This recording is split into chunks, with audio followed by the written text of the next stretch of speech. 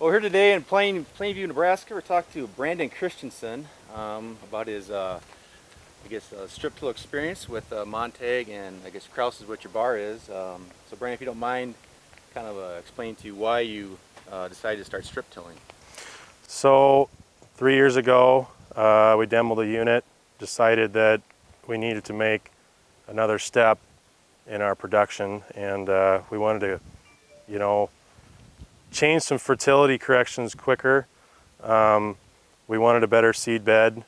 We didn't like the temperature fluctuations, at planting time.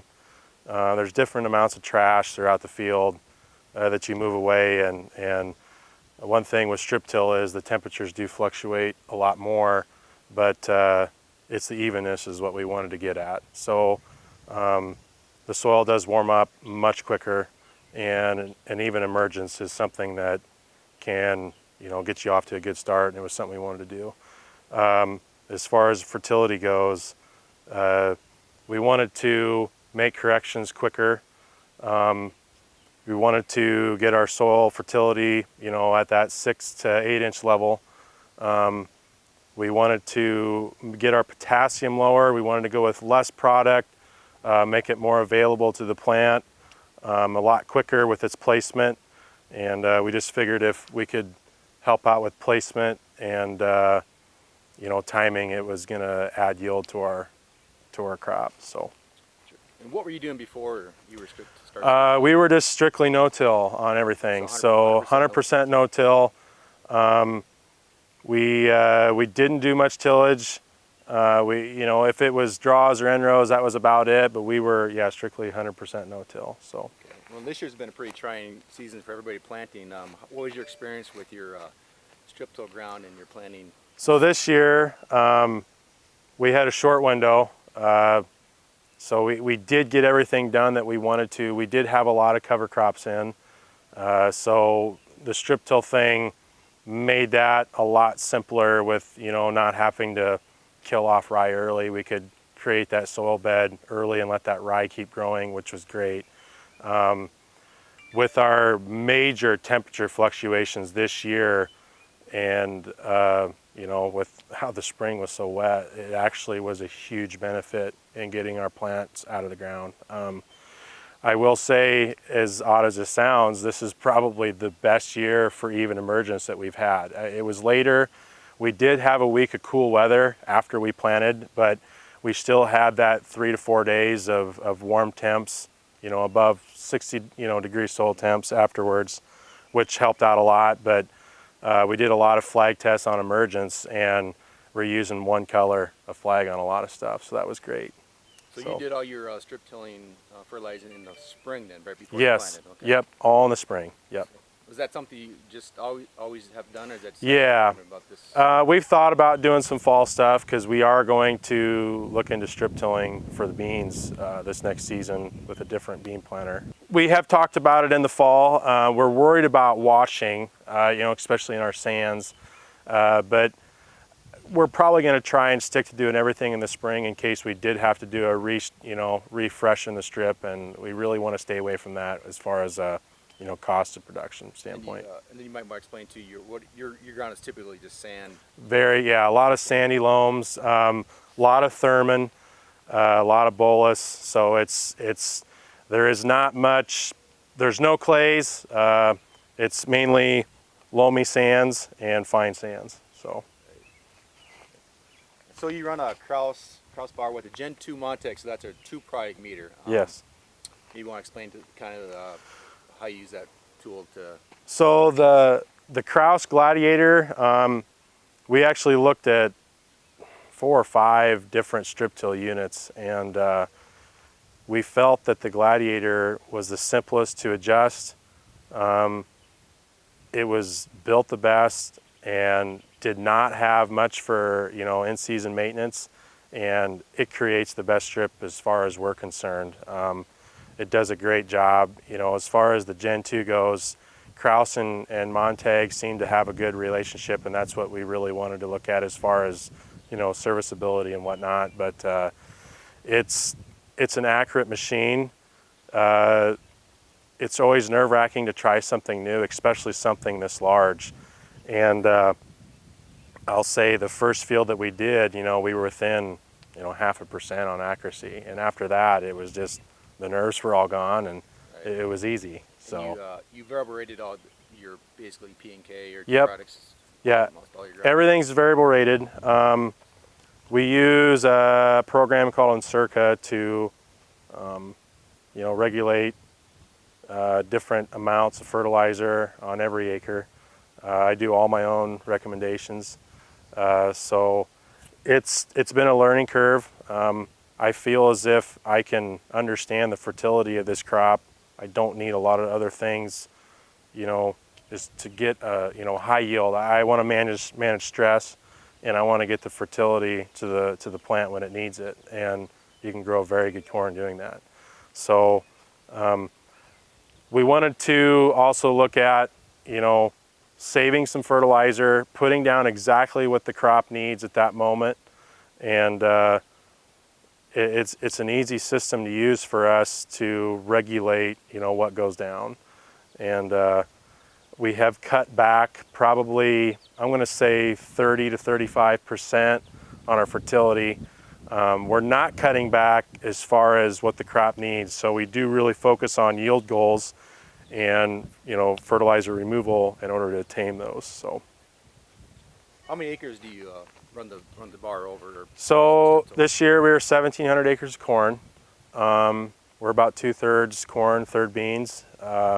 We do have plans to strip till for the beans next year. That machine, we can run at 8 to 10 mile an hour. We've got a pretty good rig in front of it, and we want to make sure we keep the speed up, keep the berm nice, keep everything fluffy, and so it's going to be a little more of a challenge, I think, to get over all the acres with that machine, but we still think it's worth it. We're not going to hook onto the planter and stop strip tilling, if that time comes where we think it's getting too late. So, because we feel as if the benefit is just too great with the strip till machine. So. And what about your rented ground? Is that the same procedure, or do you Yeah. treat it a little differently? Or? Yep. So, we've got great relationships with landlords. So I treat it the same. I feel as if, in the next coming years here, there's going to be a lot of older, growers that are going to be retiring, and there may be some ground that changes hands. So I believe that in a situation where you come across ground that, you get a good sample on and you're just not real thrilled with, the results, and things look a little tough, the strip till machine gives us the ability to make corrections, quickly, and apply the fertilizer we need for a certain yield goal for that farm very fast, and then give us time to correct, the soil balance, that top 4 inches, and other methods down the road. So we are RTK, been that way for 9 years, and yeah, everything is Deere. Green Line has their own RTK network set up, in this area, actually all in northeast Nebraska. I think they do stretch farther south, but we're 16 row Gladiator. We've got a Sunco active hitch with Deere's application controller on that. Just takes an SF1 receiver on the implement, and it does a very, very nice job on hills. We get southwest of here, and we do get some pretty good, usually around, the biggest hill is about 5.5 degree slope. That's big for us around here. But we run a 24 row planter, Pro Tracker hitch on it, and you got to make sure things line up. It's really important to keep that planter on top of that strip. We don't want to get it off to the edge of the strip, as far as, it ain't so much for a fertility reason, it's more for, we want that exactly on top of the berm, to get the right, stance, so. Yep. Okay. What has been your experience with Montag, and as far as a company, as far as Yeah. kind of helping you get through this first few growing pains of yeah. of strip? So, like I said before, it's a very big task to take on. You're changing your operation pretty greatly. So, the first day we were here, we had 3 Montag guys here, so it wasn't a problem. We got things going. We had a few hiccups, and it was fixed, that day. So getting off to a good start was great. The controller is really easy to understand. Didn't have any problems with that. And as far as after that, that continuing season, didn't have a single problem. This upcoming year, we had to make an update to the controller to work with the 4600 monitor. No issues with that as well. So everything has been really easy. Maintenance is easy, clean out's easy. Just I haven't had to make too many phone calls, I guess. So. And how many acres have you run the Kraus Gen 2 Montag on? So we're just shy of 3,000 acres through it now. So we take care of our stuff best we can, and we like things to last long, especially with dry fertilizer. It destroys stuff, but the machine still looks like it was when we first got it. So this year we're trying to get a record here in Nebraska. I just kind of started getting into this the last 2 years with really learning and understanding, and trying to obtain above the 300. And this year we have a 375 yield goal. Everything's off to a great start, a really good start. We were able to place a lot of different nutrients down with the strip till machine. We did flat rate for it, so we were able to put in a lot of different micros and stuff to help that plant thrive later in the season. So we'll see how it goes. We're going to need a little luck here with Mother Nature, and we'll just hope for the best. So, has the Generation 2 two-product meter from Montag, has that pretty much met your expectations going in from all your research yeah, to make the purchase? Made a lot of, I guess I did a lot of research. We usually do that with everything we purchase. That took a little while to make sure we were going to have the right machine to do the job. But it was very interesting to us that somebody went away from a meter, and we wanted to understand why. And we talked to a lot of people at these farm shows, these outdoor farm shows, and had a lot of explanations to us and whatnot. So the accuracy is unbeatable. I don't think there's going to be any other way to get more accurate than this machine, this Gen 2. It's a completely different idea, and it works. So there's times I'm within 10 pounds on a whole quarter.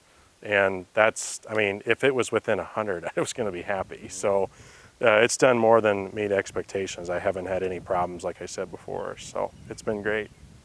So. Okay. Well, I think that concludes our little talk here in strip till field. So. Yeah. So this this is a strip till field here. Must have been beans before this. Yep. This had actually. It had about 2.5 foot rye in it, and we actually got to this one last on strip tilling, and I would say the rye was 18-20 inches tall when we strip tilled, and we were happy with the results. It was a little wet.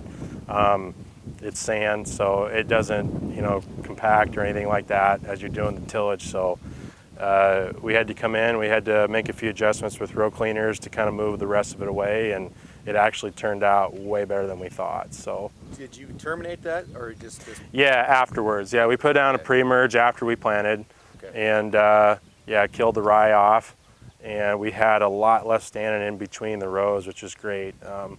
I think that's going to help a little bit, cooling the canopy, keeping things shaded. So yeah, it worked out really, really well. So how much residue did you have in between? It looks like it's all pretty much worked its way. Yeah, along here, this is kind of a bad example. In field, I'd say there's still 25% cover in there now. So that's so that's a good thing. Suppress the weeds. Yep. This had a post application around V5. We like to keep that under 450 GDUs on the Roundup pass, but I think it's going to help with cooling the canopy too, keeping things cool, if it's covered. and you know, suppress any grass that we have problems with in the sands. So, but yeah, the cover crop combo with the strip tilling is been very beneficial. We really like that a lot. So, Well, I appreciate today. Let's Yeah. come out here and have a little visit. That's been Yep. was great. Finally, it's not a hot Yeah. yet. It's Yeah. hot, I think. yeah, it's been hot the last 2 days, so it's good to get a little break here. So, All right. thank you.